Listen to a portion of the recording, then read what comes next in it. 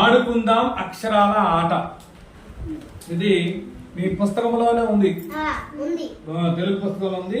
అది కాకపోతే మధ్య అటు ఇటు మీరు ఆడుకోవచ్చు. దీంతో గవ్వలతో కానీ చింతపిక్కలతో ఆడుకోవచ్చు. ఈ బాణపడుతుల ప్రకారం ఇప్పుడు ఆడుకుందాం. డైస్ ఉంది మన దగ్గర, డైస్ ఇస్తాను.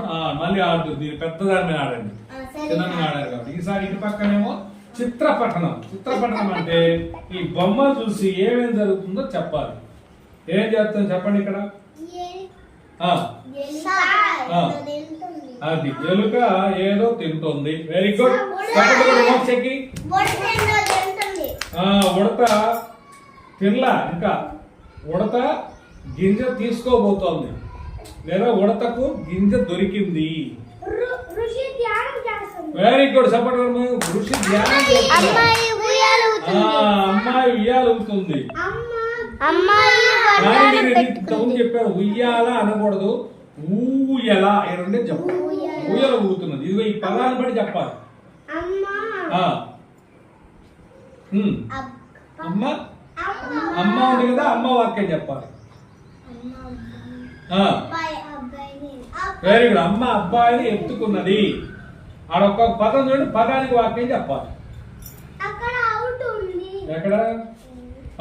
అక్కడ అవుట్ ఉంచారు. Good, very good.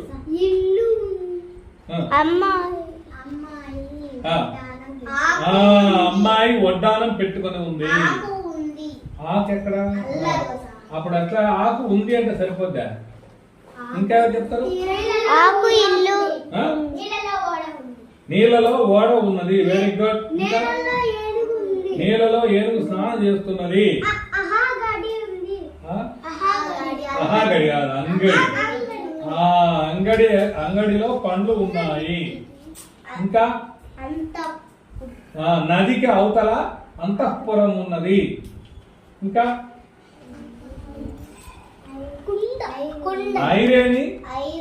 ఐరేని అక్కడ కదలకుండా పెట్టి ఉన్నారు, లేదా ఐరేని అందంగా ఉన్నది. ఇంకా ఆకు చెప్పలే, ఎవరు చెప్పలే. ఇంకా ఇల్లు చెప్పాల.